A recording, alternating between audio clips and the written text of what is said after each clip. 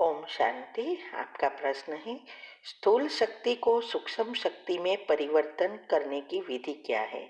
किस तरह से सूक्ष्म शरीर शक्ति को यूज करें? उत्तर है, ये स्थूल शक्ति और सूक्ष्म शक्ति दोनों अलग अलग शरीर के हैं। एक है एनर्जी बॉडी की शक्ति, दैट इज सूक्ष्म शक्ति, और शरीर की शक्ति वो स्थूल शक्ति है। अभी ये परिवर्तन करने की नहीं, जब आप अपने संस्कारों को परिवर्तन करेंगे, अपने विचारों को पॉजिटिव बनाएंगे, योग अच्छा लगेगा, तब सूक्ष्म ब्लॉकेजेस चक्रों के खुलते जाएंगे और पॉजिटिव लेयर बनेगा। तब ऑटोमेटिक योग लगेगा, संचित कर्म भी भस्म होंगे और हमारी जो आत्मा है उसमें शक्ति भरना शुरू होगी, क्योंकि ये विचारों से ही सूक्ष्म शक्ति बनती है। जितनी आपकी सकारात्मकता बढ़ेगी उतनी आपका योग लगेगा और सूक्ष्म शक्तियाँ आने लगेगी। तो इसकी विधि हमने 3 पार्ट में समझाया है। हमारे जो 4 अवस्था है, वो अवस्था 4 अवस्था कैसे इसमें जाना है, वो क्या है, वो सब समझाया है और इसकी विधि भी बताई है, पहले से लेकर बीजरूप स्थिति और योग के प्रयोग की। उसके बहुत क्लासेस रखे हैं, लेकिन ये 3 स्पेशल अभी रखे हैं। वो यूट्यूब पर भी आपको मिलेगा और तीव्र पुरुषार्थ ग्रुप में भी आता है। तो आप वो अगर विधि अच्छी रीति अपनाएंगे तो सिद्धि जरूर मिलेगी, आपकी सूक्ष्म शक्तियाँ बाहर आना शुरू हो जाएगी।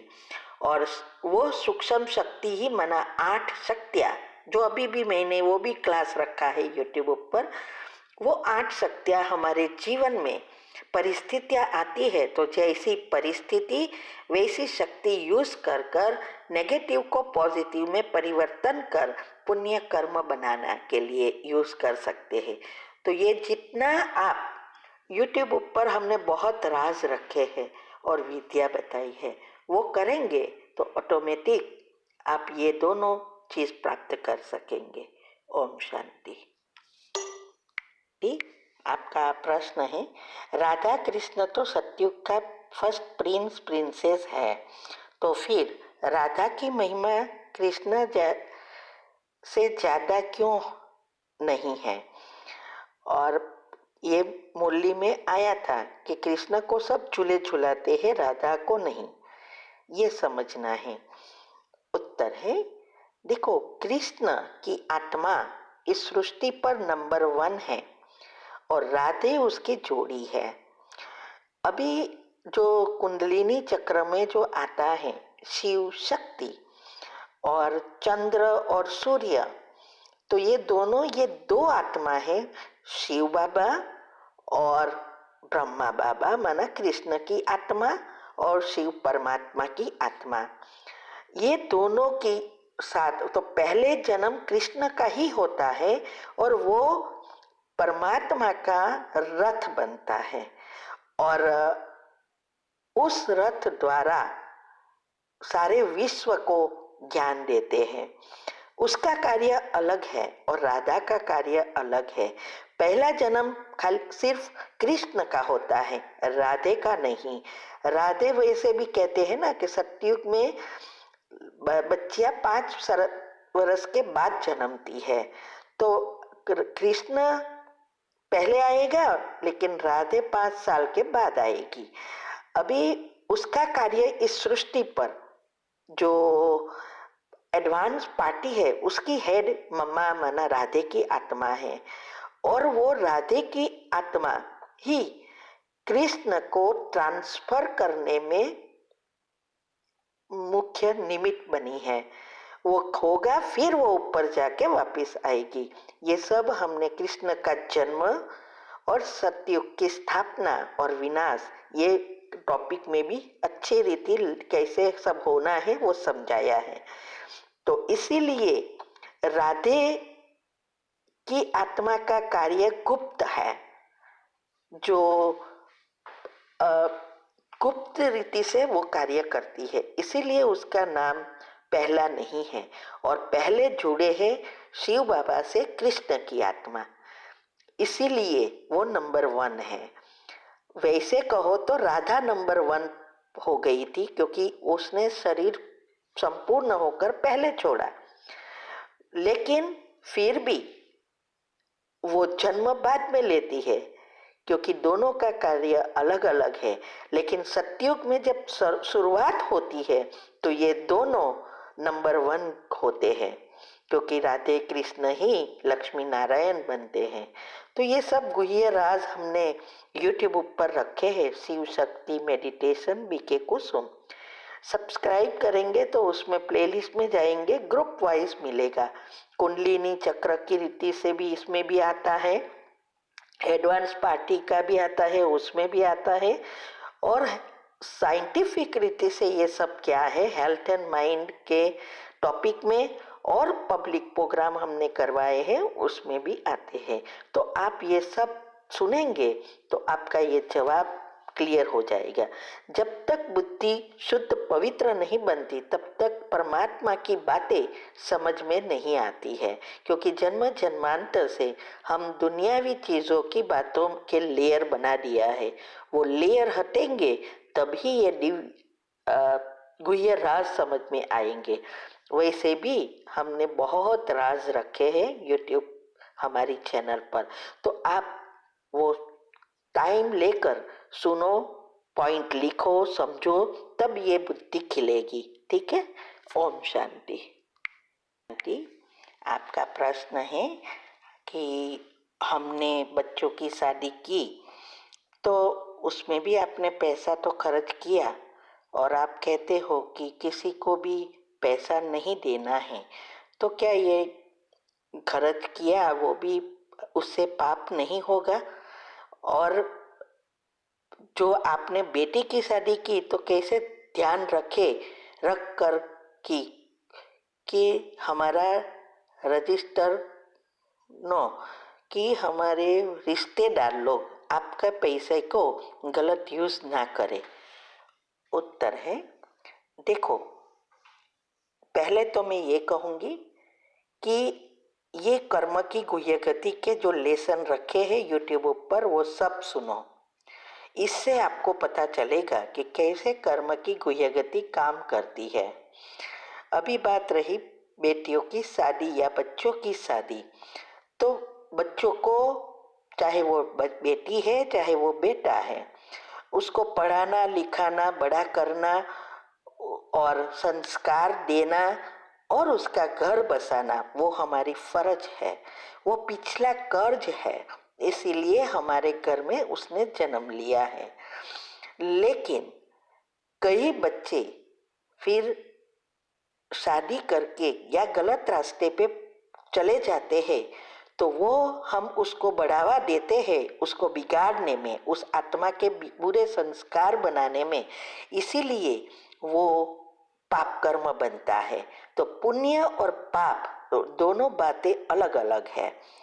तो इसीलिए ये बात सिर्फ बच्चों की और पेरेंट्स की है। अभी रिश्तेदार को तो देना ही नहीं है। हम तो कभी भी कोई भी बाहर की आत्माओं को पैसा नहीं देते, और ये बच्चों की जो फर्ज है वो हमें निभाना है। तो आप ये बातें अगर समझेंगे तो आपको समझ में आएगा। जब आप ये YouTube की कर्म की गुह्य गति समझेंगे तब। और वैसे भी आपने पूछा है कि क्या शादी में लेन देन करने से पाप तो नहीं ना चढ़ेगा? आप बोलते हैं कि पैसा गलत यूज करे, जो हमने दिया है तो जरूर पाप होगा। तो कैसे हम ध्यान रखें? तो उत्तर है, देखो, शादी में लेन देन की बात है तो कई बार ऐसी जो नजदीक के रिश्तेदार हैं उसने वो हमारे साथ कोई ना कोई हिसाब किताब वाले हैं। तो हम क्या करते हैं, नए रिश्ते भी नहीं बनाते। अभी तो कोई शादी में मैं जाती ही नहीं हूँ, नहीं लेना है नहीं देना है। लेकिन जब हम नए नए ज्ञान में होते हैं और युक्ति युक्त करना है तो नज़दीक के शादी जो जाने पड़ता है उसमें ही जाना है, दूसरों में नहीं जाना है। और क्योंकि वो लोग के साथ हमारे हिसाब किताब होते हैं, फिर धीरे धीरे वो भी कम करते जाना है। बाकी ये हर एक की अपना अपना पुरुषार्थ है, अपनी अपनी समझ है और घर की परिस्थिति के अनुसार व्यवहार करना है। ठीक है। ओम शांति। शांति। आपका प्रश्न है, बाबा ने कहा, बच्चे तुम समय की निर्माता हो, इसका सही मीनिंग क्या है? उत्तर है, देखो पहले तो मैं आपको कहूंगी प्लीज प्रश्न रिपीट नहीं करना है, राह देखनी है। हम गृहस्थी है, हमें सब कुछ एडजस्ट करके युक्ति युक्त सब कुछ करना पड़ता है। तो अगर आप रिपीट करते हो तो मुझे जब मैं ट्रांसफर करती हूँ तो मुझे नहीं पता होता है, क्योंकि मैं पढ़ती नहीं हूँ उस समय, तो रिपीट हो जाते हैं, डबल डबल हो जाते हैं और आपके सूक्ष्म पाप बनते हैं। इसीलिए इससे बचना है।